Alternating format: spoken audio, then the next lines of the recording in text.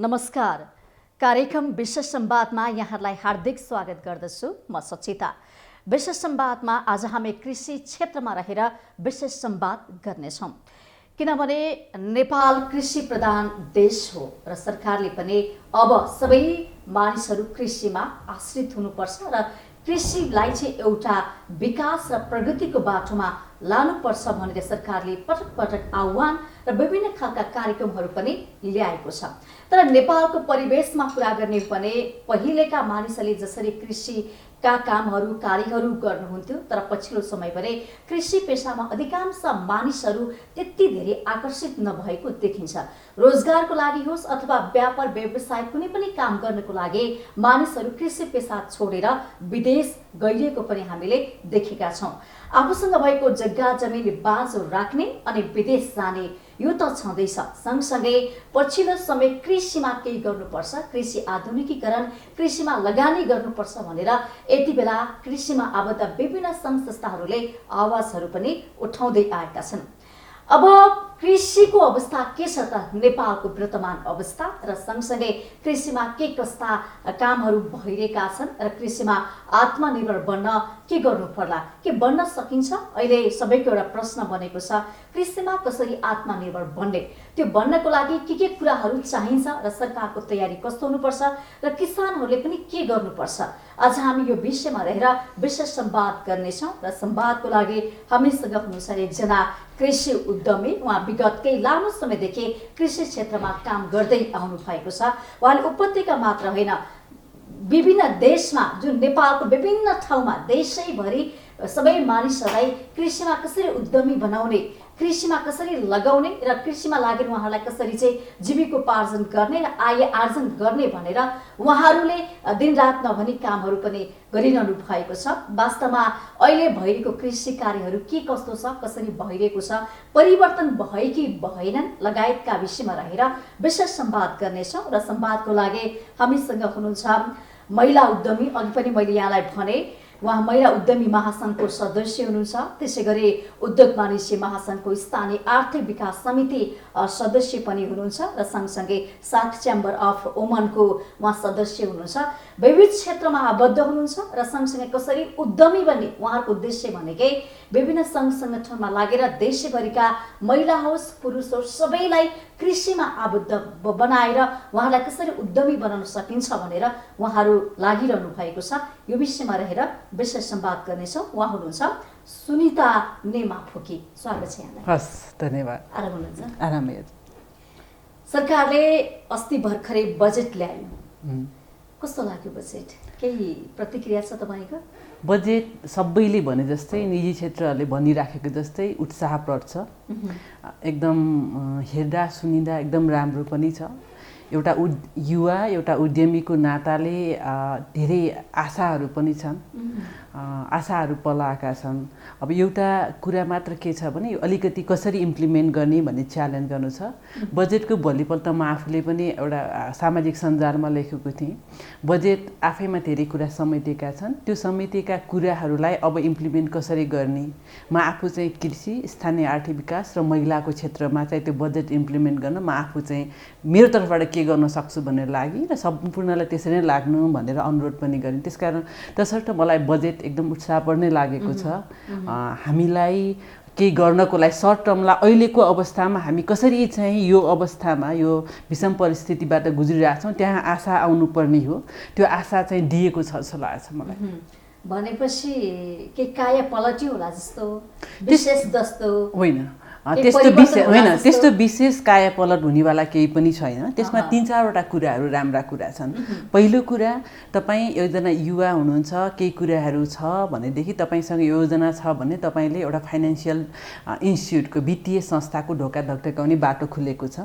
पक्कै पनि कसैले सुरुवात गर्दा मेहनत गर्नुपर्छ, त्यो एउटा एकदमै राम्रो बाटो खोलेको छ। अर्को चाहिँ हामीले अब कसले अर्ग्यानिक उत्पादनहरू छ कृषिमा भनेदेखि त्यसको लागि पनि केही बाटोहरू खुलेको बढेको छ। हाम्रा मेसिनहरू केही कुराहरूमा चाहिँ भन्सार छुटका कुराहरू पनि आएको छ, जसले गर्दा चाहिँ त्यस्ता कार्यक्रमहरूले चाहिँ हामीलाई उत्साह दिएको छ। र सँगसँगै म महिलासँग काम गर्ने भएको भएर महिला उद्यमशीलताको लागि आवश्यक जुन छ, हामीले एउटा एकदमै ठुलो समस्या के छ भने नेपालमा महिला उद्यमीको लागि सबै सामाजिक संस्कार सँगसँगै फाइनेन्सियल एसेस हामीलाई एकदमै गाह्रो छ। हामीलाई हरेक पटक फाइनेन्सियल एसेस गर्दा म हरेक पटक कार्यक्रम कुराहरूमा भनिराख्छु, जब हामी बिजनेस गर्छौँ भनेर त महिलाले सोचेको हुँदैन। अब जब बिजनेस गर्छौँ भनेर चाहिँ घरमा बुवालाई दाजुभाइलाई सम्झाउन गाह्रो हुन्छ, श्रीमानलाई होइन, विवाह अगाडिको कुरा। अनि त्यसपछि त्यो सम्झाउँदै विवाह गर्ने उमेर हुन्छ।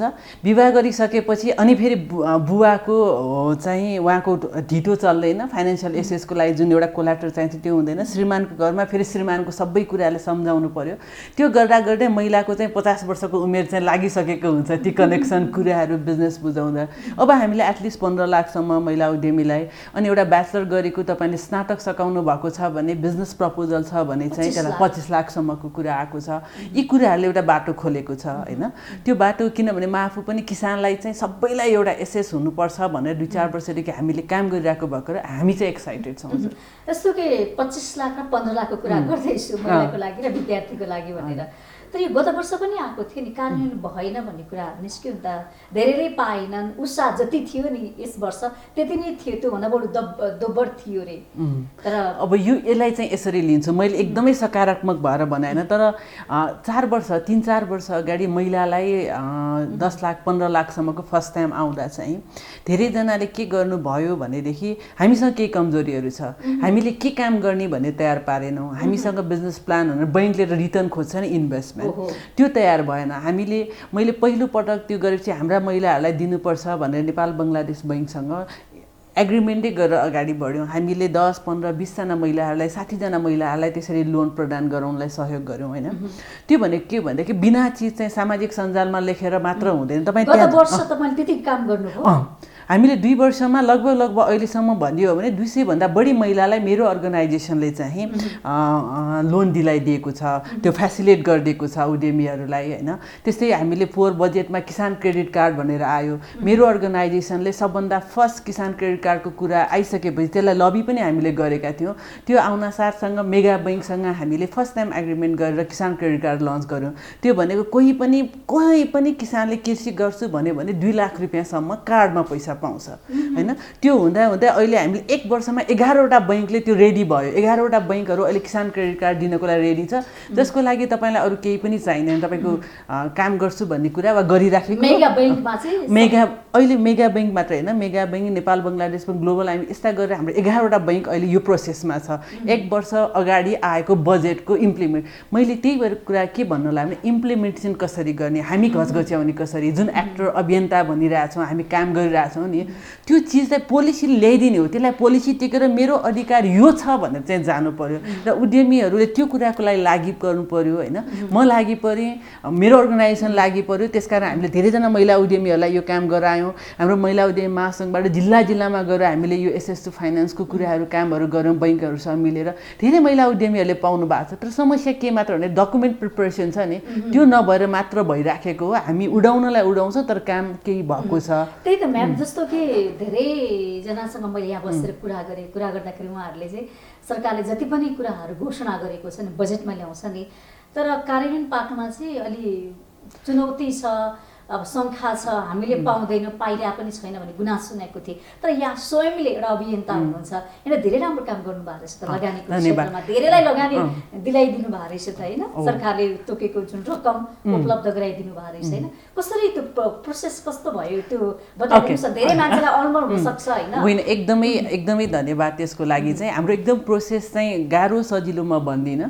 हाम्रो एउटा हाम्रो अफिस R&D इनोभेटिभ सोल्युसन, तपाईँले फेसबुकमा खोज्नुभयो पनि अनि कृषि क्रेडिट कार्ड भनेर पनि छ हैन। वेबसाइटमा www.krisicard.com मा तपाईले चाहिँ आफ्नो डिटेल पठाउनु भइसक्यो वा गर्न चाहनु भएको हामीलाई डाइरेक्ट कन्ट्याक्ट गर्नु छ। हामीले हरेक हप्ता जुम प्रोग्राम पनि चलाउँछौँ देशभरिकोलाई फेसबुकमा कार्यक्रम चलाउँछौँ। उहाँहरूबाट आएको डाटा ल तपाईँहरू फाइल यस्तो यस्तो गरी मिलाउनु सबै कुरा भनेपछि हामी नजिकको बैङ्कमा या सेन्ट्रलमा कन्ट्याक्ट हुन्छ नजिकको बैङ्कमा हामी पठाइदिन्छौँ होइन। अनि त्यसपछि चाहिँ उहाँहरूले त्यो प्रोसेस जब डकुमेन्टै नपुगेको चाहिँ लाग्छ धेरैजनाको के हुन्छ भने ल तपाईँको यहाँको जग्गाको लाल पूर्जाको फोटोकपी ल्याउनु भनेर भन्छ। हामीसँग धेरैवटा प्रमाण छ। मुगुको एउटा महिलाले यहाँ आएर गागल फेडीमा काम गरिराख्नु भएको छ। उहाँले कति ट्राई गर्नुभयो किनभनेदेखि त्यो डकुमेन्टै उहाँले प्रिपरेसन गर्नु भएन। जब हामीले एउटा नागरिक के चाहिन्छ डकुमेन्टमा जस्तो 15 लाखको लागि चाहिँ 15 लाख चाहिँ उहाँले 15 लाख दिइराख्नु भएको छैन। 15 लाख भने 10 लाखसम्म दिनुहुन्छ किनभनेदेखि गाह्रो अलिकति छ। सजिलो मैले भन्ला छैन होइन।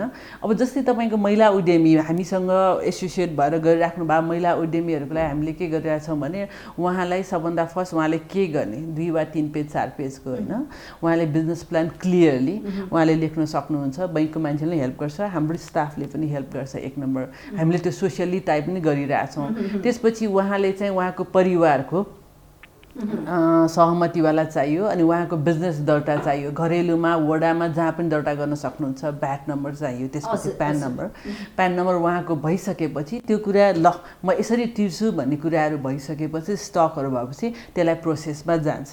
अब यहाँ समस्या एउटा के छ भनेदेखि यो पनि कानुनी यो अलिकति अड्काउनुपर्छ। उहाँले चाहिँ श्रीमान वा ससुरा आएर चाहिँ ओके ठिक छ भनेर साइन गरिदिनुपर्छ भनेपछि पुरुषकै त एउटा पुरुषको बाहुल्यता भयो होइन। हामीले त्यसलाई पनि एकदमै अहिले विरोध विश्वास नगरेको हैन। अब यो यस्तो रहेछ हामी सामाजिक संरचनामा छौँ होइन। त्यो चाहिँ सामाजिक त्यो नियम बनाउने ठाउँमा पनि महिला हुनुहुन्न के महिला हुनुहुन्न ठ्याक्क त्यसरी सोच्नुहुन्न। त्यो गाह्रो नभएर मात्र अलिकति गाह्रो भइराखेको। तर धेरैजनाले तपाईँले सोच्नुभयो भने धेरैजना महिलाले पाउनु भएको छ। तर के छ भने पहिले पनि हाम्रो महिलाहरूको अहिले पनि हेर्नु भने हामी लेखापालमा होइन एकाउन्टिङमा कमजोर छ। तर बैङ्कले के हेर्छ उसले हरेक महिना कसरी पैसा तिर्छ भनेर खोज्छ। अनि हामीसँग क्लियर डकुमेन्ट हुँदैन। लास्ट इयरको हिसाब खोज्छ, 3 वर्षको हिसाब खोज्छ होइन। तपाईँ हुनुहुन्छ भनेदेखि वा के गर्ने भनेर खोज्छौँ। त्यो क्लियर नहुँदा चाहिँ ढिला भए हो। नत्र एकदम राम्ररी पाइराख्नु भएको छ। तपाईँहरू अरू कुनै कार्यक्रममा छ भने म काठमाडौँको वरिपरि नै महिला उद्यमी जसले पाउनु भएको छ लक्षित वर्गले पाउनु भएको छ। सबैले पायो भने छैन। मैले भने बोटलनेक हामी नेपालीको मान्नुहोस् नमान्नुहोस् आम सो सरी टु से मान्नुहोस् नमान्नुहोस् के हुन्छ भने हामीले टक्क डकुमेन्ट बैङ्कको खाता खोल्न जाँदा पनि तपाईँ 2टा फोटो लिएर जानुपर्छ। नागरिकता यो सबै लिएर तपाईँ ठ्याक्क पुग्नुहुन्न कि फोटो हुँदैन कि नागरिकताको फोटोकपी हुँदैन के न के त्यो तयारी नभएको भएर मात्र समस्या भएको हो होइन। अरू चाहिँ त्यो भयो भने हामीले नक गर्ने हो। ब्रान्च म्यानेजर नभयो भने प्रदेशको गुनासो सुनिन्छ त्यसमा चाहिँ हामीले नक गर्नु पर्यो। अलिकति गाह्रो छ होइन। त्यति इजी साथ चाहिँ दिँदैन। कति दिन लाग्छ प्रोसेस? होइन लाग्छ प्रोसेस त हेर्नुहोस् बैङ्कले 2 हप्ता भन्नुहुन्छ तर 3 महिना मजाले म सबैजनालाई भन्छु तपाईँ 3 महिना लाग्छ। किनभनेदेखि हेर्नुहोस् न यो किन 3 महिना लाग्छ भने अनिवार्य फिल हेर्न जानुपर्छ। सबै फाइल आइसकेपछि फाइल एप्रुभ गरिसकेपछि मलाई लागेको भने अनिवार्य अनि उहाँहरू हेर्न आउनुपर्छ होइन। नहेरिकन राष्ट्र बैङ्कले नदिनु भनेको छ। हेरेपछि फोटो टाँसेपछि सबै कुरा गरेपछि हुन्छ। अनि 3 महिना चाहिँ लाग्छ। त्यसको लागि हामीले एउटा भर्खर पनि के गरिरहेछौँ भनेदेखि राम्रा उद्यमीहरू हुन्छ उहाँलाई 3 महिना हाम्रो अफिसले के गर्छ भने यदि 3 महिनाको पिरियडमा उहाँलाई क्यास फ्लोको प्रब्लम छ बैङ्कसँग कनेक्सन गर्ने प्रब्लममा छ भनेदेखि त्यो बेला चाहिँ हाम्रो ल्याडर भन्ने एउटा प्रोग्राम छ होइन। उहाँहरूलाई त्यस बेला चाहिँ हामीले सपोर्ट गरिराखेको हुन्छ क्यास फ्लोको लागि चाहिँ केही होइन। पछि उहाँको एक बैङ्कबाट ऋण पाउनु भएपछि त्यसरी चाहिँ हामीले सपोर्ट गरिरहेछौँ। मैले सजिलै पाउँछ चाहिँ भन्दिनँ 3 देखि 6 महिना पनि लाग्न सक्ला होइन। त्यति हाम्रो 3 महिनामा लगाएर किनभने उहाँहरूको ब्रान्चको मान्छे भिजिट गर्न जानु मिलाउनु पर्यो के हुँदैन भेकल हुँदैन भनेको छ त्यसै चाहिँ लाग्छ। बट इट्स गेटिङ पाइराख्नु भएको छ। अब पहिलो वर्ष दोस्रो वर्षमा थोरैले पाइराख्नु भएको छ। डकुमेन्ट मिलाउने सबै कुरा गरिराख्नु भएको छ। तर प्रब्लम के भयो भने म अहिले बैङ्कसँग नजिक भएर मैले बैङ्कको फेभरमा गरेँ होइन। त्यो समस्या के भयो भने पाउनेहरूले पनि 60% जति चाहिँ नतिरिदिनु भयो कि टाइममा तिर्नु फाइनेन्सियल डिसिप्लिन भएन कि। त्यो किन भएन भने हामीसँग त्यो खाले डिसिप्लिन एउटा पहिले लोन लिने भन्ने कुरा थिएन। भर्खरै हामीले ऋण लिने भन्ने कुरा सिक्यौँ। त्यो ऋण पनि टाइममा तिर्नुपर्छ यति गरेर तिर्नुपर्छ यसलाई म्यानेज गरेर गर्नुपर्छ भन्ने कुरा नभएको भएर बैङ्कहरू हिचकिचाइराखेको। बैङ्कहरूले भन्नुहुन्छ कति राम्रो राम्रो ब्रान्च म्यानेजरदेखि कस्तो राम्रो राम्रो मान्छेले रिफर गरेको लोन पनि फिर्ता आएन भनेर भनिरहेछ। त्यो एउटा चाहिँ समस्या भयो। त्यो चुनौती छ है त्यसरी काम गर्नु। उहाँहरूको लागि। जस्तो किसान क्रेडिट कार्ड भन्नु नि, हजुर। यो चाहिँ कसरी हुन्छ? ओके, किसान क्रेडिट कार्ड चाहिँ अब यो इन्डियाबाट आएको, हामीले रिफरेन्स लिनुपर्दा इन्डियामा चाहिँ 20औं वर्ष अगाडिदेखि फर्स्ट सरकारी बैङ्कले अनि अहिले सबै प्राइभेट बैङ्कले दिन्छ। नेपालमा पनि अब म आफू जब मैले 18-19 वर्षको बेलामा मैले बिजनेस सुरु गर्न गएँ, मसँग फाइनेन्सियल एसेस थिएन। लकिली अब केही सहकारीसँग भयो, तर त्यो ऋण थपिने एसेसको लागि गाह्रो भयो। र मेरो एउटा भित्र मनदेखिको प्रोजेक्ट हो यो फाइनेन्सियल एसेस चाहिँ हरेकलाई गर्छु भनेर। जस्तै तपाईँलाई कृषि गर्न मन लाग्यो, बिकज बाई बर्थ हामी कतै न कतै कृषि जोडेका छौँ, तर कसैले पनि हामीलाई कृषि गर्ने भए चाहिँ एक्सेप्टेन्स अलिक कमै भइरहेछ नि त होइन। त्यस्तो बेलामा चाहिँ तपाईँ कृषि गर्छु भनेकोले यहाँ गर्छु भनेर जग्गा देखाउनु भयो र तपाईँले यो काम गर्छु भन्नुभयो भने 2 लाखसम्म चाहिँ हामीले त्यो कार्डमा उपलब्ध गराउनु भनेर प्रपोजल तयार पार्यौँ। त्यो भनेको त्यहाँ क्यास चाहिँ झिक्न पाउँदैन। क्यास झिक्न इन द सेन्स क्यास नपाउने भएपछि तपाईँको मिसयुज भएन। तपाईँलाई जे सामान ट्र्याक्टर चाहिन्छ ट्र्याक्टर किन्नुहुन्छ, प्लास्टिक चाहियो प्लास्टिक, गाई चाहियो गाई किन्नुहुन्छ, तपाईँले भाटबटिनमा गएर चाहिँ जुत्ता किन्नुहुन्न, त्यो पैसा त्यहीँनिर युज भयो होइन। त्यो कार्डको चाहिँ हामीले इन्ट्रोड्युस गऱ्यौँ, विभिन्न बैङ्कसँग प्र्याक्टिस गऱ्यौँ। सबभन्दा फर्स्ट हामीले मेगा बैङ्कसँग एग्रिमेन्ट गऱ्यौँ, Anupama ma'am is so great. अनि उहाँले ल ओके वोमेनलाई गरौँ भनेर लास्ट हामी यस्तै लकडाउनको बिचमा यस्तै गाह्रो हुँदा पनि मिटिङ गरेर प्रोग्राम गरेर प्रोडक्टहरू डेभलप गरेर सफ्टवेयर डेभलप गरेर गऱ्यौँ। And it was so excitement पनि साथ पनि भइराखेको छ। त्यसको लागि 4वटा डकुमेन्ट चाहिन्छ। एउटा तपाईँको आफ्नो नागरिकता, सकल नागरिकता, तपाईँको परिवारको नागरिकताको फोटोकपी, तपाईँको परिवारको सदस्य जहाँ भए पनि लाभ पूर्जाको एउटा फोटोकपी र तपाईँले प्यान नम्बर, किनभने नेपाल सरकार अहिले त व्यक्तिगत प्यान पनि छ। यी 4वटा कुरा भइसकेपछि तपाईँले त्यो किसान क्रेडिट कार्डको लागि अप्लाई गर्न सक्नुहुन्छ होइन। अनि अब अहिले मान्छेहरूले के भन्छन् हेर्नुहोस् त्यसमा, ए त्यो त क्यान्सल लिन नपाउनु पछि कस्तो गाह्रो रहेछ, के काम त्यो भन्ने छ। पैसै चाहिएको छ नि त, अब सामान भएर नहुने चाहिँ सजिलो तरिकाले पाएन भने चाहिँ फेरि नजाने त्यहाँ चाहिँ भइरहेको छ। तर हामीले सबै बैङ्कहरूलाई पनि गरिरहेछौँ। अनि अहिले हामी पालिकासँग गरेछौँ, देशभरिका पालिकाहरूमा हाम्रो चाहिँ जेटीहरू राखेर हामीले अहिले काम गर्न सुरु गरिराखेका छौँ किसान क्रेडिट कार्डको लागि नै। अनि हामीले पालिकालाई के भनेको छ, तपाईँले त्यहाँ 200, 300, 400 जना कति किसानलाई चाहिन्छ, तपाईँ पालिकाहरूले चाहिँ यो काम गरिदिनुहोस् होइन। तपाईँले के मात्रै गरिदिनु भने यहाँ फेसिलेट गरिदिनुहोस्, बैङ्क आउँछ होइन, हामी आउँछौँ, सबै कुरा। त्यो बैङ्कलाई पनि एकै ठाउँमा 400 जना क्लाइन्ट भयो भनेदेखि उसले पनि धेरै फोकस गर्नु परेन। अनि किसानलाई त्यही अनुसार हुन्छ र एउटा क्षेत्रमा के गर्ने। अनि पालिकालाई के फाइदा हुन्छ, त्यो डिजिटल हो। त्यो डिजिटल भइसकेपछि के फाइदा हुन्छ, QR कोड हुन्छ, कसको हो कार्ड, के कुरा सबै थाहा हुन्छ, प्लस के सामान किन्यो भनेर पालिकामा थाहा हुन्छ।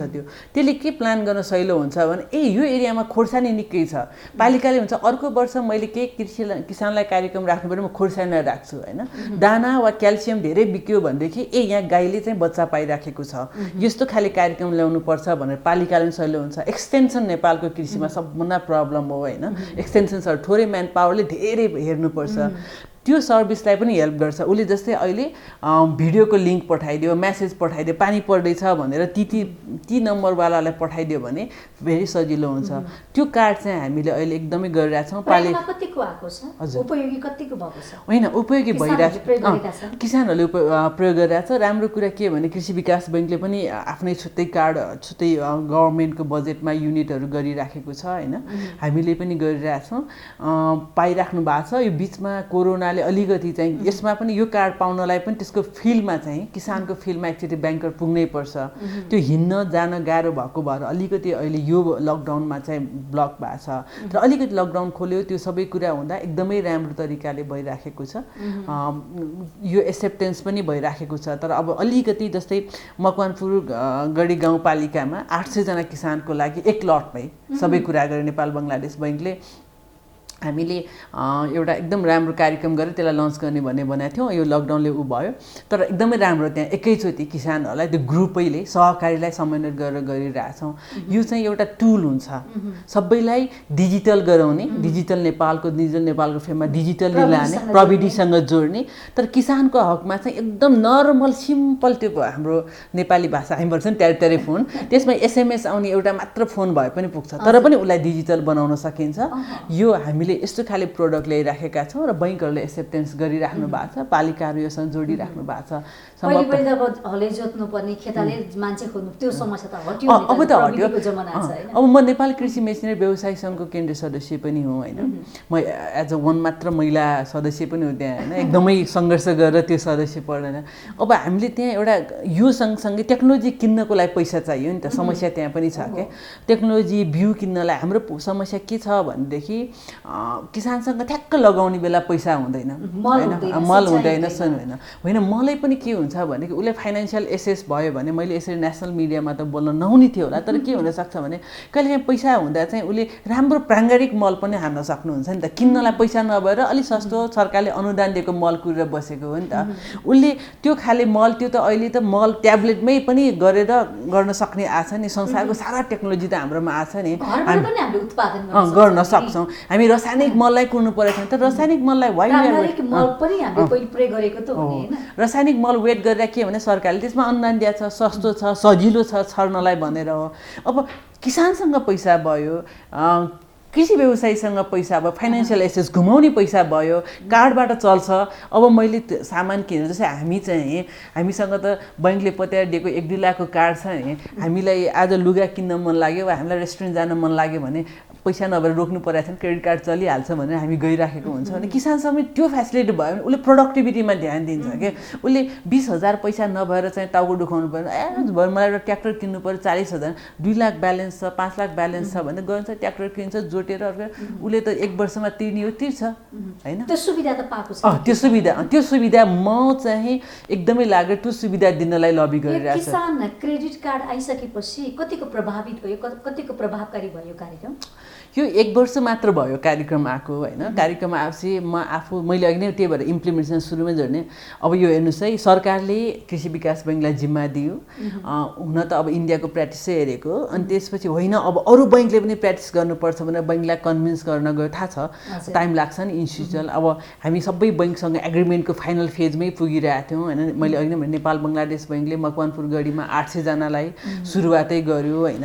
त्यसपछि अब ग्लोबल आर्मी बैङ्कले चाहिँ खोटाङमा 1000 जना किसानलाई सुरुवात गर्ने भनेर गर्यो। ठ्याक्क बिचमा फेरि कोरोना भयो। सम्भवतः अब कोरोना अलिक कम भयो भने यो वर्ष चाहिँ हामी यति नम्बरमा पुग्यौँ भनेर सम्भवतः हामी 2025 भित्र चाहिँ 3 लाख जना किसानहरूले 2025 सम्ममा यो पाओस्। वर्षमा होइन 2025 सम्म यो सुरु गर्छ। 25 सम्म 21 देखि 25 सम्म 3 लाख किसानलाई दिने भनेर हामीले काम गर्दैछौँ। किनभनेदेखि सुरुको वर्षमा बुझाउनु पर्यो, लिने किन नलिने किन होइन, के छ कस्तो छ, ऋण किन लिने, घर जग्गा खान्छ, यस्ता कुराहरू आउँछ नि त। ती सबै कुराहरूलाई त्यसपछि चाहिँ अटोमेटिकली जान्छ क्या यो त। यो पछि चाहिँ 2025 पछि अर्को 1 वर्षमा डबल हुनसक्छ होइन जति किसान। अब मेरो इच्छा चाहिँ के हो भने तपाईँ जब तपाईँ एसएलसी सकाउनुहुन्छ, तपाईँलाई 6 महिना 8 महिना 1 वर्ष खाली हुँदा पनि तपाईँलाई कृषि गर्न मन लाग्यो भने जसरी अमेरिकामा चाहिँ जन्मिनासाथ एउटा कार्ड पाउँछ भन्छ नि, हामी कहाँ त्यो पाओस् के। अनि भरे मन परेन, तपाईँ सक्नु भएन, कृषि गर्न सक्नु भएन भने अरू प्रोफेसन गरेर पनि किस्ता तिर्नुहुन्छ, तिर्दिनुहुन्छ 1-2 वर्षमा पैसा। 1-2 लाख त ठुलो भएन तिर्नको लागि, तर सुरुमा म स्टार्ट गर्ने मान्छे स्टार्टअपको लागि त्यो 1 लाख त ठुलो पैसा हो नि त। त्यो मात्र हो ब्रिज चाहिँ, त्यहाँनिरको ग्याप चाहिँ ब्रिजिङ गर्न लागेको मैले। अब यस वर्ष पनि सरकारले बजेटमा यस्ता कार्यक्रमहरू ल्याएको छ, के छ तपाईँ कसरी काम गर्दै हुनुहुन्छ? अब यस वर्ष मैले 2टा कामहरू एकदमै गरिराखेको छु। एउटा साथीहरूलाई अहिले गर्न यो नयाँ क्लब हाउसमा पनि मैले यो चर्चा पर्चा गर्न थालेको छु। कसरी हुन्छ यस वर्ष 1000 जना ब्याचलर भएका मान्छेहरूलाई चाहिँ ऋण पाउनेको लागि के डकुमेन्ट चाहियो, कस कहाँ गएर कुरा गर्नु पर्यो, गभर्नरलाई ढोग्नु पर्यो, शैक्षिक प्रमाणपत्र 25 लाख दिलाउनु लाग्छ। यसको सुरुवात चाहिँ यो आउनुभन्दा अगाडि नेभिल बैङ्कसँग हाम्रो एउटा एमओयू नै भएको थियो, बिडिएमा पनि आएको थियो। अहिलेसम्म टेक्निकल सब्जेक्ट पढेको मान्छेहरूलाई चाहिँ कसैले पनि त्यो ऋण दिँदैन थियो होइन। अनि हामीले के गर्यो, नेभिल बैङ्कलाई कन्भिन्स गरेर नेभिल बैङ्कले जेटी एसएलसी सकेपछि 18 महिना चाहिँ जसले जुनियर एग्रिकल्चर टेक्निसियन भनेर ट्रेनिङ लिन्छ वा बिएससिएजी गर्छ भन्छ, उसले चाहिँ 10 लाखसम्म चाहिँ आफ्नै ठाउँमा आफ्नै पालिकामा गर्नुपर्यो, आफ्नै पालिकामा काम गर्न ऋण दिने भनेर नेभिल बैंक र हामीले एग्रिमेन्ट गऱ्यौँ। यो वर्ष 2021 मा हामीले 100 जना त्यस्ता जेटीहरूलाई दिने भनेर हामीले वर्कआउट गऱ्यौँ। तर यो कुराहरू नै अलिकति गरिरहेको छ, तर 300 जनामा हाम्रो स्क्रिनिङ चाहिँ भइराखेको छ। अब यो टेक्निकल मान्छे सँगसँगै ब्याचलरवाला सर्टिफिकेट भएको मान्छे कृषि गर्न चाहन्छ। अब अरू प्रोफेसन अरू बिजनेसलाई त मलाई थाहा भएन, तर त्यस्ता कोही मान्छे कृषि गर्न चाहनुहुन्छ भने म तपाईँको फाइल लिएर राष्ट्र बैंकसम्म पनि नमस्ते जोड्न जानु, त्यहीँ कुरेर बस्नु पर्दा पनि म रेडी छु। जसले आज हेरिराख्नु भएको छ मेरो अफिस र मैले त्यो कुरामा गरिराखेका हुन्छौँ। मेरो अफिस एकदम नजिकै पनि छ, नयाँ बानेश्वरमा, तपाईँको रोडमै छ। R&D इनोभेटिभ सोल्युसन हो होइन। अनि तपाईँले कृषि कार्ड भनेर खोज्नु भयो पनि भेट्नुहुन्छ, वा एग्री नेपाल भनेर हाम्रो अफिसका 4वटा प्रडक्टहरू छन् होइन। मैले अघि न भनिनँ, सरी। हामीले चाहिँ एउटा एग्री नेपाल भनेर तपाईँले त्यहाँ चाहिँ एग्रिकल्चर इनपुटहरू सबै पाउनुहुन्छ, इनपुट एन्ड आउटपुट पाउनुहुन्छ। ई-कमर्स साइट हो, नेपालको जहाँबाट पनि गर्नुहुन्छ। एउटा तपाईँले फाइनेन्सियल एसेस गर्न चाहनुहुन्छ भने कृषिकार्ड.com भनेर तपाईँले खोज्नुभयो भने तपाईँले पाउनुहुन्छ। तपाईँले त्यहाँ डाटा राख्नुभएपछि तपाईँलाई कल आउँछ होइन, प्रोसेसिङ सबै कुराहरू तपाईँलाई कृषि कार्डबाट चाहिँ हुन्छ। तपाईँलाई प्लस त्यो भइसकेपछि तपाईँलाई पोस्ट हार्भेस्टको नलेजको लागि हामी काम गरिदिन्छौँ, र मार्केट एसेसको लागि गर्नु पऱ्यो भने तपाईँले हामीलाई खोज्न सक्नुहुन्छ। R&D इनोभेटिभ सोल्युसन भनेर खोज्नुभयो भने हुन्छ, वा तपाईँलाई एग्री नेपाल कृषि कार्ड हरेक प्रोडक्ट वाइज चाहिँ वेबसाइट खोज्नुभयो भने त्यो भेटाउनुहुन्छ, र इजी टु कनेक्ट, हामीलाई जहिले कनेक्ट गर्न सक्नुहुन्छ। सम्पर्कमा रहनुहुन्छ सम्पर्कमा। धेरै मान्छेको मुखबाट मैले के सुनिरहेको छु भने अब स्टाटसहरू धेरै हाल्नुभयो सामाजिक सञ्जालमा, 25 लाखको भागीदार भयौँ हामी, अब सहज रूपमा पाउने भयौँ, 15 लाखको कुराहरू पनि आए होइन।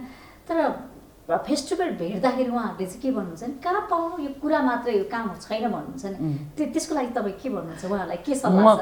म चाहिँ के भन्छु उहाँहरूलाई भनेदेखि, तपाईँ एकचोटि प्रयास गर्नुहोस्। के थाहा, तपाईँले अलि बढी मेहनत गर्नुपर्ने, 25 लाख तपाईँको नि हुनसक्छ, 25 लाख तपाईँको हुनसक्छ। नभए भने अर्को वर्ष त्यो इम्प्लिमेन्टको लागि पोलिसी बन्छ। सधैँ अर्काले चेन्ज गरिदियोस् भनेर बस्नु त भएन नि त। कहिलेकाहीँ आफू चेन्ज गर्ने मान्छे पनि बनाऊ होइन। त्यो चेन्ज गर्ने मान्छेलाई चाहिँ तपाईँले पाउनु भएन भने, मैले त एउटा कार्यक्रम पनि चलाइरहेको छु, पोहोरदेखि त्यसरी पाएन भने चाहिँ हरेक आइतबार 11:30 बजे 12:30 बजेसम्म कृषक र प्रविधि भन्ने पेजमा हामी लाइभ हुन्छौँ। त्यहाँ हरेक कुनै बैङ्कको CEO, क्रेडिट चिफ डाइरेक्ट फोनमा उहाँले डाइरेक्ट किसानले जसले पनि कुरा गर्न सक्नुहुन्छ। सामाजिक सञ्जाल जस्तै हिजो कृषि विकास बैङ्कको CEO अनिल उपाध्यायजी आउनु भएको थियो हाम्रो कार्यक्रममा होइन। एकदमै इजिली तपाईँले कुरा राख्न सक्नुहुन्छ, कनेक्ट गराइदिनु सक्नुहुन्छ। उहाँले भनिराख्नु भएको छ र त्यो प्रयास चाहिँ गरौँ होइन। मैले अहिले भन्दा 3 महिना, अरूले जस्तै 1 हप्ता 2 हप्तामा हुन्छ चाहिँ भन्ने 3 देखि 6 महिनाको प्रयास गर्नुहोस् होइन। तपाईँलाई त्यसको लागि चाहिँ डकुमेन्ट प्रिपरेसन कुराहरू के छ त्यसलाई हामी सपोर्ट गरिदिन्छौँ, कुरा गरिदिन्छौँ। हाम्रो सिस्टम छ। कहिलेकाहीँ साथीहरूले के हुन्छ, गरिदिन्छौँ भनेपछि मलाई नै मात्र पनि फोन गर्नुहुन्छ, त्यस्तो हुँदैन। हाम्रो केही सिस्टम छ। हाम्रो टिम चाहिँ पर्टिकुलर यही प्रोजेक्टलाई यही कामलाई भनेर हाम्रो 5 जना चाहिँ साथीहरू, यसलाई मात्र गर्ने साथीहरू पनि हुनुहुन्छ होइन। त्यो उहाँहरूले तपाईँलाई सिस्टममा आएपछि कल गर्नुहुन्छ, कुरा गर्नुहुन्छ। एकजना त प्रयास गरिदिनुहोस्। म त तपाईँलाई पनि अनुरोध गर्छु, तपाईँ एउटा बिजनेस प्लान बनाउनु, तपाईँ ब्याचलरको सर्टिफिकेट एकचोटि गरौँ न। हजुर हजुर। मैले कुरा गर्दाखेरि धेरैले चाहिँ यस्तै खालका गुनासोहरू पोख्नु भयो कि पाउँदैन, यो एउटा देखाउनको लागि मात्रै भन्नुहुन्थे। तपाईँले त अब गरिरहेको मान्छे अनुभव छ, धेरैलाई गरिदिनु पनि भएको छ होइन। अब यो बजेटले त्यसो भए कृषि पेसालाई प्राथमिकतामा राखेको समृद्धि आउँछ अब कृषिमा, त्यसो भए विकास हुन्छ? हुँदैन, विकास समृद्धि चाहिँ हुँदैन। किन हुँदैन भनेदेखि हाम्रोमा यो सामाजिक सम्मान छैन क्या। सामाजिक समाज, बिजनेसको ठुल्ठुलो अवार्ड हुन्छ, कृषिको ठुलो अवार्ड त हुँदैन नि त। वाइ टु कम होइन, एउटा कुरा त्यहाँ छ। अनि अर्को कुरा भनेको अहिले हुँदैछ, तपाईँको काम गर्दा ढाड दुख्छ भने कोही किन आउँछ कृषिमा? पैसा रेगुलर क्यास फ्लो छैन भने किन आउँछ? अब केही त फर्केर अहिले अर्को विकल्प बिना त सबैजनाले अहिले त्यही गरिरहेछ। अहिले काठमाडौँ उपत्यका वरिपरि घरतिर गयो भने सबैको घरमा बत्ताई पालिरहेछ, 100, 200, 300 भयो भने घरमै गर्ने, कसैको के गर्ने कुराहरू चाहिँ भइराखेको छ। यसरी ठ्याक्कै समृद्धि आउँदैन होइन। संसारमै हेरे पनि अब समृद्धि ल्याउनको लागि चाहिँ भने स्वरोजगार चाहिँ हुन्छ। रोजगार भन्दा स्वरोजगार स्वरोजगार हुन्छ। स्वरोजगारले हाम्रो कुल गृहस्थ उत्पादनमा खासै धेरै रिफ्लेक्ट हुने गरी देख्दैन कि, किनभने अर्कोलाई उसले रोजगार दिन सक्दैन नि त। कृषि फर्मले कुनै पनि नेपालको कृषि फर्मले चाहिँ ठ्याक्क मैले 100 जनालाई रोजगार दिएँ, 200 जनालाई दिएँ, 500 जना दिएँ, रोजगार त दिन सकेको छैन। त्यसकारण त्यो देखिने गरी समृद्धि आउँदैन। तर अलिकति मेहनत गऱ्यौँ, कन्टिन्यू यो कुरालाई गऱ्यौँ भनेदेखि चाहिँ ठ्याक्क यो प्यासन जब भन्छ क्या। म कृषिमा अहिले लागिराखेको मान्छेहरू चाहिँ, मेरो बुबा स्कुलको हेड सर हुनुहुन्छ भने उहाँको बिहान बेलुका र असार महिना आउँदा धान रोप्ने काम उहाँको के। उहाँ कतै कृषकै भन्न पनि बेर लाउनुहुन्न कि। अब डाटा त्यस्तै छ नि त। अनि त्यो भनेको मैले के भन्न ला भने 60% जनता कृषिमा छ भनेर भनेको चिज इट्स अ बिग एमाउन्ट नि त। 60% जनता कृषिमा छ, ठुलो जनसङ्ख्या छ, आशी छ। तर रियली तिनीहरू होइन कि, त्यो रियल तथ्याङ्क होइन। त त्यसमै लाग्ने मान्छेहरूको हुनुभयो। जस्तै तपाईँ चाहिँ टेलिभिजन जर्नलिस्ट हुनुहुन्छ हजुर होइन, टेलिभिजन जर्नलिस्ट हुनुहुन्छ भनेदेखि त्यसको तपाईँले कतै गर्नुभयो भने तपाईँको केही न केही जिडिपी कृषिको पनि हुन्छ क्या होइन। अब त्यो भएको भएर चाहिँ तपाईँले धेरै जनता छ होइन, त्यसकारण धेरै जनताले सरकारले दिने जुन रिसोर्सेसहरू पुग्दैन कि। अनि हामी चाहिँ रिसोर्स जनता सरकारले अनुदान देला कुरा गर्ला भनेर बसिरहेको छौँ। एउटा ट्र्याक्टर किन्नुपर्ने हुन्छ, 40,000 को ट्र्याक्टर यु क्यान के। अब तपाईँले 2 लाखको बाइक चाहिँ किन्नुहुन्छ, त्यो 40,000 को ट्र्याक्टरले कति कुरा सजिलो बनाउँछ भने त्यो गर्दैनौँ कि हामीले, किनभने सरकारले अनुदान दिने पालामा आउँछ नि त। अनि 60% जनताले कहिल्यै दिइसक्नु होइन। अब 5% भएको भए पो ल यसलाई के सुविधा दिनु पऱ्यो, ल त मेहनत गर, प्रोडक्टिभिटीमा लाग भन्ने कुरा हुन्छ। अनि अर्को भनेको प्रोसेसिङमा लाग्दैन। हाम्रो चाहिँ कोहीले पनि छ नि, यत्रो गोलबेडा अहिले बिकेन भनिरहेछ, 2-3 जना चाहिँ म केचप कारखाना खोल्छु भनेर चाहिँ लागेको मान्छे त भेट्नुहुन्न नि हजुरले होइन। अनि त्यो प्रोसेसिङमा नलागेसम्म चाहिँ अब जसले पनि ट्रेनिङ दिँदा अचारको दिन्छ, अरू दिन्छ। म क्यालिफोर्नियामा एउटा उसको लागि गएको थिएँ युएसमा जाँदा, अनि एउटा प्रोफेसरले मलाई गिफ्ट दिनुभयो कि त्यो टमाटो सुकाएको कि, सिम्पली प्लास्टिकको सोलरमा सुकाएको। मैले घरमा आइसकेपछि पनि कति दिनसम्म त्यो टमाटर बिर्सेको सबै गरी एउटा तातो पानीमा राखेको त्यो फुलेर टक्क त्यही बन्छ क्या। अब त्यस्तो कुनै कुरा त हामीले गरेकै छैन, नयाँ कुरा त देखाएकै छैन होइन। हामीले के अब जस्तै नेपालगञ्जको एउटा महिला उद्यमी सङ्घले चाहिँ बन्दाको पकौडा बनाउने मस्यौरा बनाउने भने चितवनमा 5 रुपियाँमा बन्दा गयो भन्छ। अब त्यहाँ महिलाहरू पनि खाली छ नि त। 2 जना महिला 3 जना मिलेर चाहिँ बन्दाको चाहिँ कसरी त्यहाँ नेपालगञ्जमा चाहिँ मस्यौरा बनाउँछ हामी पनि सिकेर मस्यौरा प्याकिङ गर्ने। मस्यौरा होइन त्यो 1 पाउ खाने भनेपछि तपाईँ 160 रुपियाँ 120 रुपियाँवाला नेपाली मस्यौरा भनेर होइन। अनि 160 रुपियाँले 60 रुपियाँले पायो भने कति मान्छेले कन्ज्युम गर्छ। म आफै एउटा गुन्द्रुक कारखानाको लागि काम गरिरहेको छु, सोच्नु पर्यो हो। यति बेला कार्यक्रममा पालो भएको छ विश्रामको।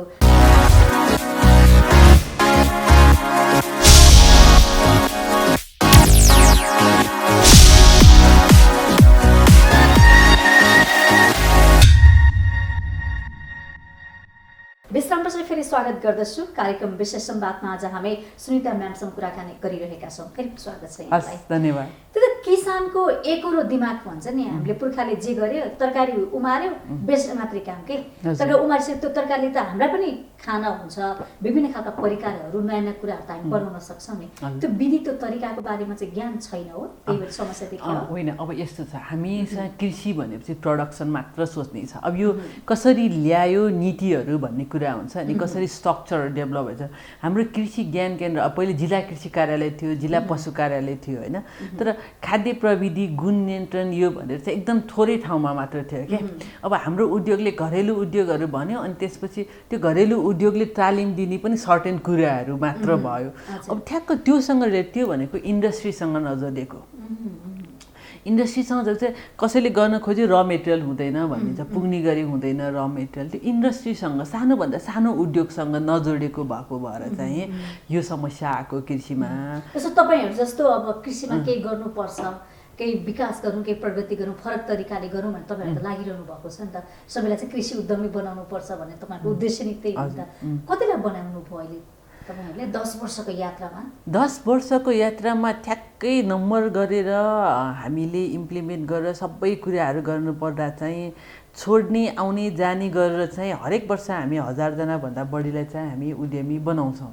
हरेक वर्ष हजारजना हजारजना ठुलै राम्रो तर के हुन्छ भने 2 वर्षपछि जस्तै एउटा कहानी हुन्छ है मलाई एकदम यो रियालिटी नै कहानी भन्दैछु बाहिरबाट आउँछ कतिजना चाहिँ बाहिरबाट आएर त्यो एयरपोर्टबाटै फोन गरेको हुन्छ होइन मामा छु भनेर होइन आउनुहुन्छ जानुहुन्छ त्यसपछि उसले चाहिँ ल ब्रोइलर पाल्नुहुन्छ ब्रोइलर कुखुरा पाल्नुहुन्छ उहाँले 2000वटा कुखुरा फर्स्ट राखेर छाप्रो त्यो वर्ष 6 महिना उसले बहुत मेहनत गर्छ अनि राम्रो हुन्छ 6 महिना मेहनत गरेपछि उसले एउटा चाहिँ त्यसपछि एउटा पल्सर बाइक किन्छ होइन अनि घरबाट फार्म हुन्छ नि त अनि उसले एकजना अर्को मान्छे राख्नु थाल्छ 6 महिनापछि अनि राम्रो हेर्दैन ऊ चाहिँ त्यो क्यारिङ बोर्ड खेल्ने पसलमै रोकिन्छ क्या ऊ आउँदा आउँदै बाटोमा पर्ने चिया पसल क्यारिङ बोर्ड छ अनि त्यो भइसकेपछि 2 वर्षमा त लगभग ऊ फेरि घाटामा जान्छ अनि ऊ फेरि विदेश जान्छ होइन अनि अलिकति लगानी गरेर आउनु भएको साथीहरू दिन निकैजना पनि आइराख्नु भएको छ उहाँहरूको एकदम राम्रो पनि छ कतिजनाको हाम्रो हिडन स्टोरी पनि निकै छ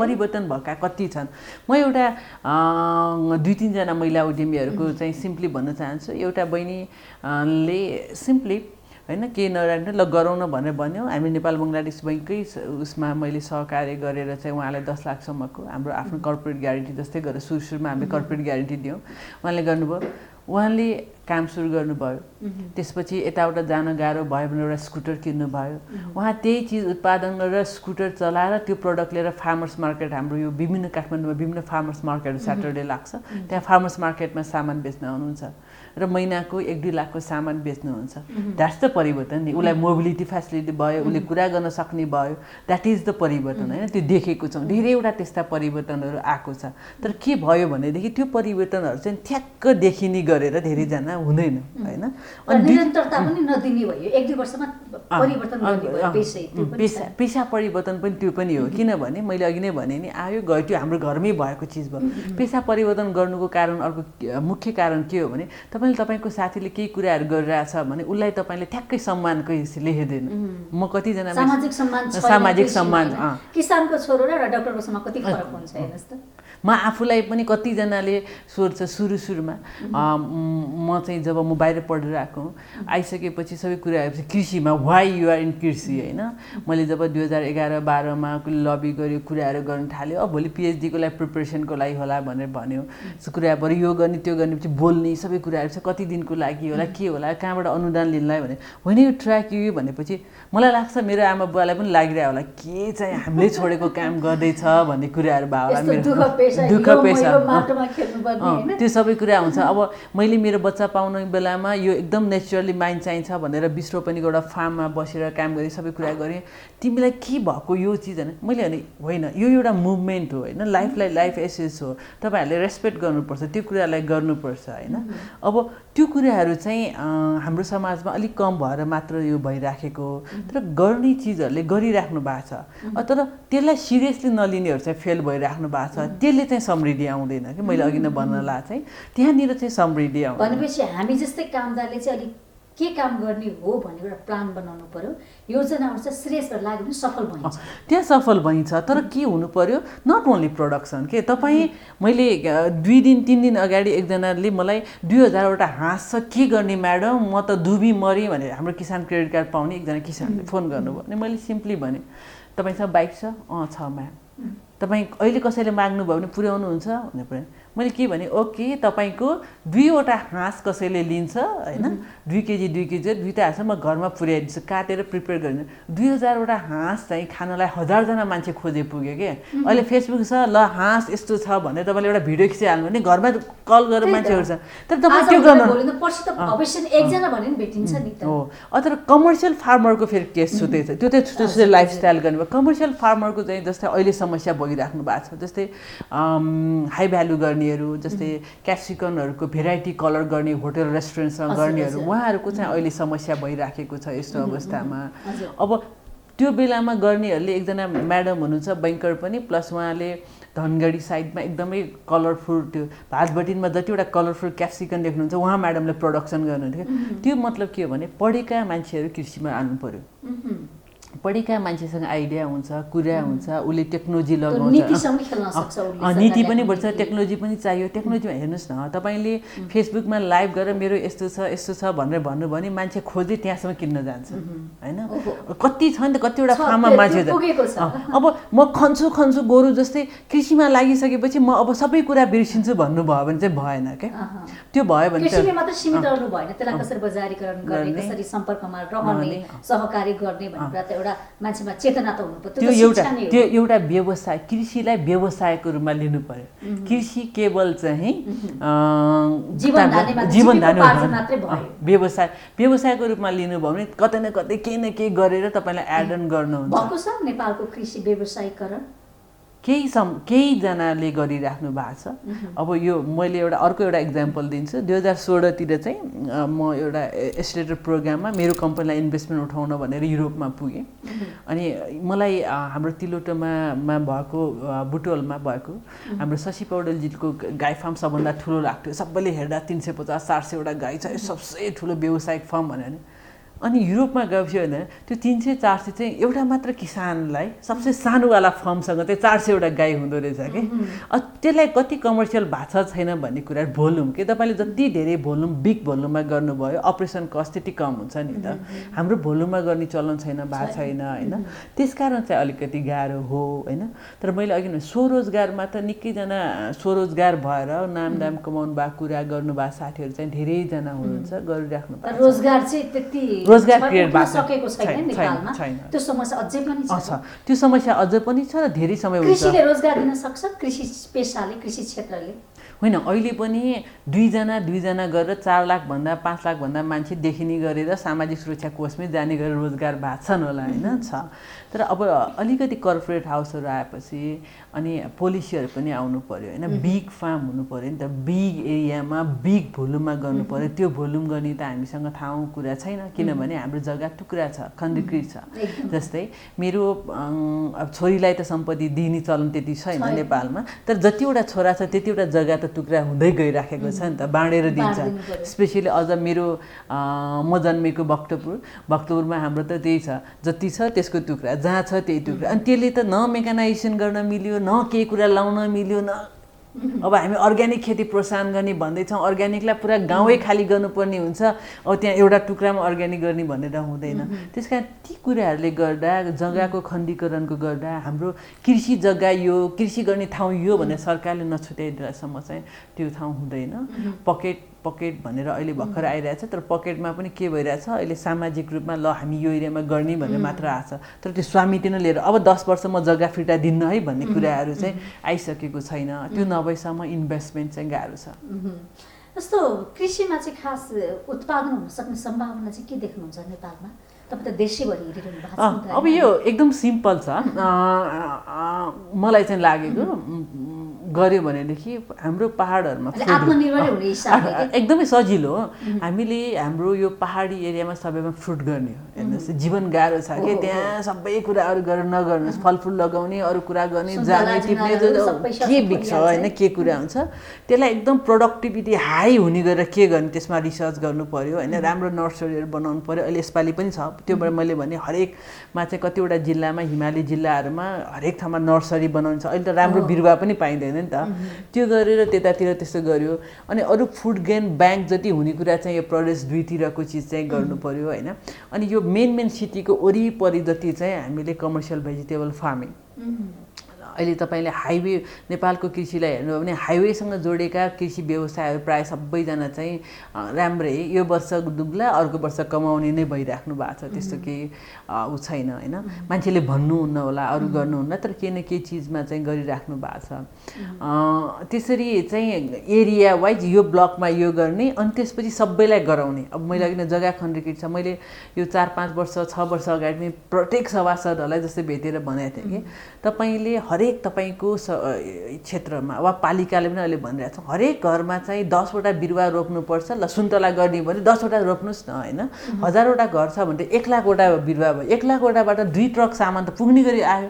त्यो पुग्ने गरी आइसकेपछि बजारको मान्छे पनि खोज्छ होइन। अब इन्डियाको कुन पार्टबाट हाम्रो तरकारी आउँछ यहाँ आउने, किनभने तरकारी लिन गयो त्यहाँ 50 केजी वा 500 केजी भइरहेको छ। एउटा हात्तीलाई वा एउटा बोलेर बोकायो भने 2000 केजी चाहिन्छ। 500 केजी गरेर आउँदा कति महँगो भयो हेर्नुहोस् त। त्यो एकै ठाउँमा त्यसरी एरिया नभएको भएर चाहिँ अलिकति गाह्रो। बजारीकरणको समस्या छ होइन, बजारीकरण बजार पनि छ के, भोल्युममा छैन के, हाम्रो चाहिँ एरिया वाइजमा छैन के, भोल्युममा छैन। त्यसको लागि पोस्ट हार्भेस्टको व्यवस्थापन होइन। अहिले त अब विभिन्न जिल्लाहरूमा पनि त्यो बजारहरू चाहिँ विस्तार भइराखेको छ। तर त्यो बजारको मान्छे पनि सामान लिन जानलाई, गाडी लिएर जानलाई पुग्ने गरी सामान छैन कि, एकजना दुईजनाले त्यो एरिया चाहिँ। त्यसको लागि सोल्युसन एउटा चाहिँ पोस्ट हार्भेस्ट भन्छ होइन, कोल्ड चेन म्यानेजमेन्टमा। कोल्ड चेन म्यानेजमेन्ट गर्न चाहिँ हाम्रो कम्पनीको एउटा युनिट चाहिँ त्यो पनि हो, कोल्ड चेन म्यानेजमेन्टमा हामी काम गर्छौँ होइन। किसानलाई खेतमा एउटा सानो सानो यस्तै रुमहरूलाई बनाइदियो होइन। अनि त्यसपछि बजारमा अलिकति ठुलो अनि मेन बजारमा ठुलो कोल्ड चेन भयो भनेदेखि त्यो कहिले पनि खेत जाँदैन नि त, त्यो चिज जान्छ, भण्डार गृहहरू। त्यसको लागि हामीले कुरा गरिरहेछौँ, काम भइरहेछ। तर समस्या के छ भने किसानलाई पनि सबैलाई ठुलो चाहियो। त्यो ठुलो अपरेसन कस्ट यति आउँछ कि होइन, त्यसपछि सानो आँखा जाँदैन, ठुलो अपरेसन कस्ट त बिजुलीको बिल तिर्न नसकेर पनि भण्डार गृह चाहिँ बन्द हुन्छ कि। त्यो के समस्या, त्यस्तो समस्याले गर्दा चाहिँ अलिकति प्रब्लम भइराखेको छ। महिलाहरू चाहिँ कतिको उत्साहित देख्नु भएको छ, कतिको उद्यमी भन्नु भएको छ कृषिमा? कृषिमा मात्र भएन, अरूमा पनि समस्या एउटा छ होइन। चाहिँ महिलालाई चाहिँ म आफूलाई पनि कहिलेकाहीँ फिल हुन्छ त्यो कुरा चाहिँ, हो साँच्चीकै हामी समस्यामा छौँ जस्तो पनि लाग्छ। त्यो के हो भनेदेखि हामीले, हाम्रो समाजले हामीलाई ठ्याक्क निर्णय गर्ने क्षमता दिएको छैन। म यही गर्छु भनेर भयो भने यो त विद्रोही भयो होइन, विरोधी भयो, विद्रोही भयो, घरबाट नसुनी भयो भन्ने एउटा कुरा हुन्छ होइन। अनि अर्को कुरा भनेको अब लोन लिनु पऱ्यो, व्यवसाय बिग बनाउन भनेको व्यवसायिक लोन लिनु पऱ्यो नि। महिलाले 5 लाखभन्दा 10 लाखभन्दा 1 करोड 2 करोड चाहिँ आफैले गर्नु पर्यो भने पसिना छुट्टै त्यो नर्मल एकदमै कम छ कि, एकदमै लोन। अहिले होइन महिला उद्यमी हुन्छ यहाँ काठमाडौँमा देख्नु हुने हजारौँ महिला उद्यमीहरू पनि ब्याङ्किङ एसेसमा छैन भनेर पोहोरपरारको हामीले काम गर्दा मात्र थाहा भयो कि लोन लिनु भएको छैन, पुरै गरेको छैन, कहाँ गर्ने ऋण होइन, अब साइन गराउनुपर्छ, कुरा गर्नुपर्छ, पैसा नपुगेर होइन नि त, त्यस्तो खाले समस्या छ क्या। सो महिला उद्यमीहरू चाहिँ ठ्याक्क दर्ता हेर्नुहोस्, तपाईँले फार्ममा कृषि क्षेत्रमा काम गर्ने मान्छे चाहिँ 90% महिलै हो, तर दर्ता पुरुषको नाममा छ। सबै फार्महरू व्यवसाय दर्ता गर्ने पुरुषको नाममा गरेको हुन्छ, एकदम थोरै 10% जति मात्र महिलाको नाममा छ। जब दर्तै हुँदैन तथ्याङ्कमा आउँदैन महिला उद्यमी कति भनेर। त्यसको लागि मैले पोलिसी लेभलमा के भने तपाईँले 3वटा ल जस्तै यसपालि 100वटा तपाईँको एरियामा कसैले अनुदान पाउँदैछ भने 30वटा फार्म चाहिँ महिलाले चलाएको हुनेछ भन्नुहोस् त, दर्तामा कति फरक पर्छ अनुदान पाउनलाई, कुरा पाउनलाई। त्यो पोलिसीहरू ल्याउनु पर्यो होइन। जस्तै अब 25% छुट, जस्तै महिलाको नाममा घर जग्गा राख्यो भने 25% छुट भन्नासाथ कतिजना महिलाको नाममा घर जग्गा चाहिँ राख्ने चलन आयो नि होइन। त्यस्तै गरी महिला उद्यमीहरू दर्ताको लागि पनि यसरी छ है भन्ने कुरा आउनु पर्यो। त्यसपछि आउँछ काम गर्ने महिला नै हो, तर सभा सम्मेलनमा जाने, कुरा जाने, भन्न जाने, सरकार बिचमा गर्ने, निर्णय गर्ने पनि कामको निर्णय चाहिँ महिलाले नै गर्नुहुन्छ होइन, तर बाहिर देख्ने निर्णय चाहिँ पुरुषको हुन्छ क्या। अनि त्यस कारण मैले ठोकुवा गरेर आज चाहिँ छ महिलाको पनि एकदम इन्भल्भमेन्ट बढेको छ भने खोइ तथ्याङ्क भन्नुहुन्छ, मसँग तथ्याङ्क छैन। किनभने महिलालाई आफ्नो अर्गनाइजेसन रजिस्टर गर्नको लागि हामीले इन्भाइरोमेन्ट नै दिएको छैन। अब पोहोरपरारदेखि सरकारले नियम ल्याएको छ 5 वर्षमा कर छुट, यो कुरा ल्याएको छ, यसले धेरै प्रोत्साहन पनि भएको छ। त्यस कारण मैले भनेको इम्प्लिमेन्टमा जानुपर्छ। सानो सानो कुरा परिवर्तन त अब टाइम लाग्छ नि त परिवर्तन गर्न। छैन त्यो कर्जा सहुलियत दरको कर्जा कसरी लिने यो कुराहरू चाहिँ थाहा नभएको होइन कि। त्यो 2 पटक भन्दा 5 पटक जानु पर्यो, झ्याउ लाग्छ कि महिलाहरूलाई होइन। त्यो नेपालभरि जसले आज हेरिराख्नु भएको छ, म उहाँलाई के रिक्वेस्ट गर्छु भने हेर्नुहोस्, सजिलै लाऊ खाऊ भनेर त हामीलाई जन्म दिने बुवाले पनि दिनु भएन कि, हामीलाई जाऊ बे गरेर जाऊ भनेर पठाइदिनु भयो नि त। गरेर खाऊ भनेर त दिने कसैले दिँदैन। तपाईँ गर्ने, हामी महिला नै सङ्घर्षको लागि आएको जस्तो लाग्छ कहिले काहीँ कि। तपाईँले आफ्नो स्पेस बनाउनु छ भने एक स्टेप चाहिँ अलिकति गर्नुपर्छ। हामीले दिउँसो निस्कनलाई बिहानै सबै कुरा म्यानेज गरेर एक स्टेप चाहिँ हामीले त्यसरी निस्कनुपर्छ। व्यवसायलाई पनि एक स्टेप बढी मेहनत गर्नुपर्छ होइन। जाने बेलामा, कुरा गर्ने बेलामा एक्लै हुनुहुन्छ भने पनि नगर्नु। मैले अघि नै भने नेपालको कृषि मेसिनरी व्यवसायमा म एक्लै महिला अहिले लडिरहेको छु। त्यो अब महिला आउनै पर्छ त्यहाँ भनेर होइन। यो साहस चाहिँ कसरी आयो भने भन्दा अब एक न एकजनाले गर्नुपर्छ। होइन एकजनाले हामीले एउटा सेक्टर लिड गर्नुपर्छ हामीले भएन भने म चाहिँ एकदम पोजिटिभली मान्छेले मलाई एकदमै भन्छ मान्छे तपाईँ जहिले सकारात्मक मात्र भन्नुहुन्छ होइन प्रयास गरेर हेर्नुहोस् होइन नमस्ते गरौँ ढोगौँ कुरा गरौँ के हुन्छ भन्ने कुरा हुँदै भएन भने त्यसपछि दुईवटा कुरा जानिन्छ गएर त हेर्नुहोस् म अहिले कर्पोरेट हाउसहरूलाई पनि सबैजना हुन्छ जस्तै मैले उद्योग मन्त्रालयमा धेरै पटक भन्ने गर्छु कि कहिले चाहिँ हामीले महिलाहरूले चाहिँ तपाईँले बोर्डरुममा जानेन बोल्न जानेन लेख्न जानेन मात्र बोल्न जानको लागि 10 जना मान्छेमा चाहिँ 2 जना महिला हुन्छ भने त्यहाँ बोल्ने वातावरण दिनु पर्यो नि हेर्नुहोस् त अहिले जुममा यत्रो प्यानल डिस्कसनहरू आउँछ जहाँ पनि त्यहाँ 10 जना भयो भने 10 जना पुरुष भइरहेको हुन्छ 2 जना महिला खोजेर राख्नु भयो भनेदेखि त उसले बोल्न जान्छ नि यसरी बोल्नुपर्छ यसरी कुरा राख्नुपर्छ भने त्यहाँबाट सिकिन्छ सहभागिताको हामी जति भन्छौँ नि त्यो कुरा चाहिँ अब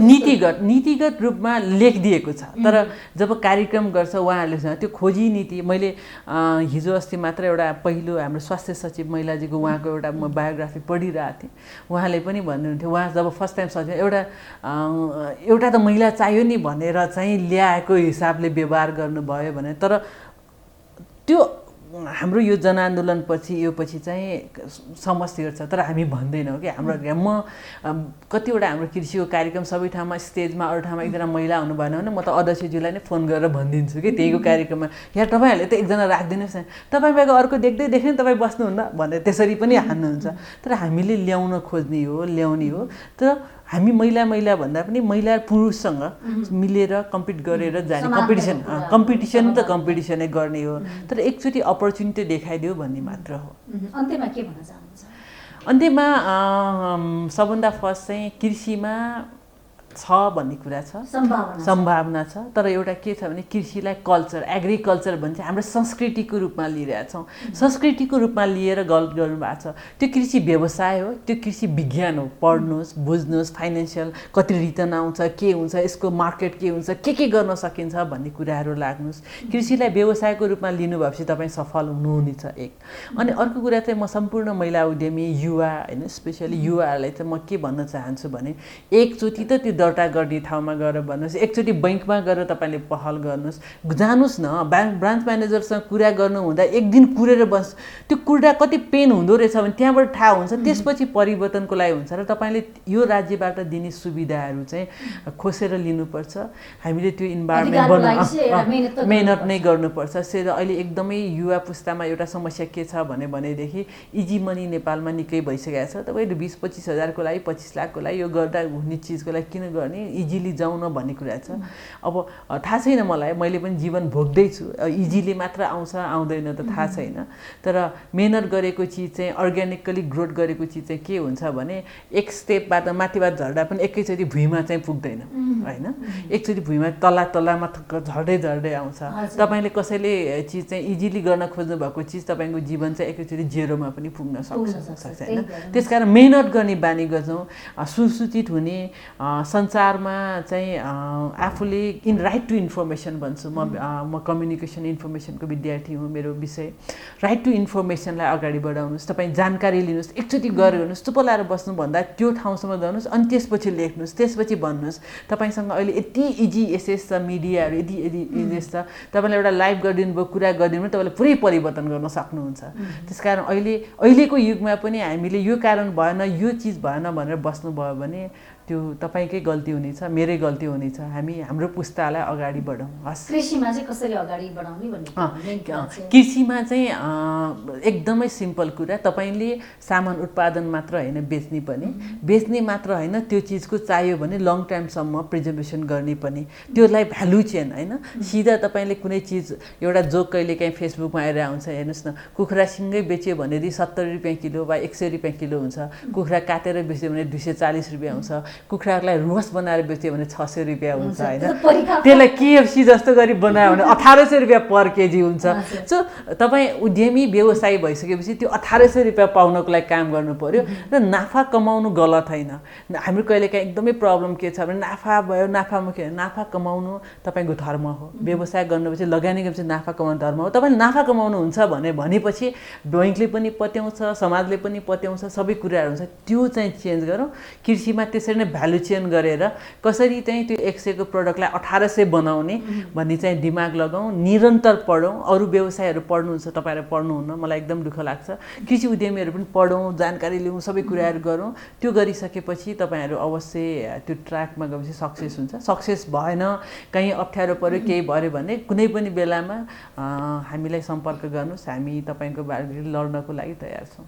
हस्, समयको लागि यहाँलाई धेरै धेरै धन्यवाद। हस्, धेरै धेरै धन्यवाद। हजुर, आज हामीले कार्यक्रम विशेष संवादमा सुनिता नेमा फुके म्यामसँग कुराकानी गरेका थियौँ। कार्यक्रमबाट म पनि बिदा हुन्छु। बिजनेस प्लस टेलिभिजन हेर्दै गर्नुहोला। नमस्ते।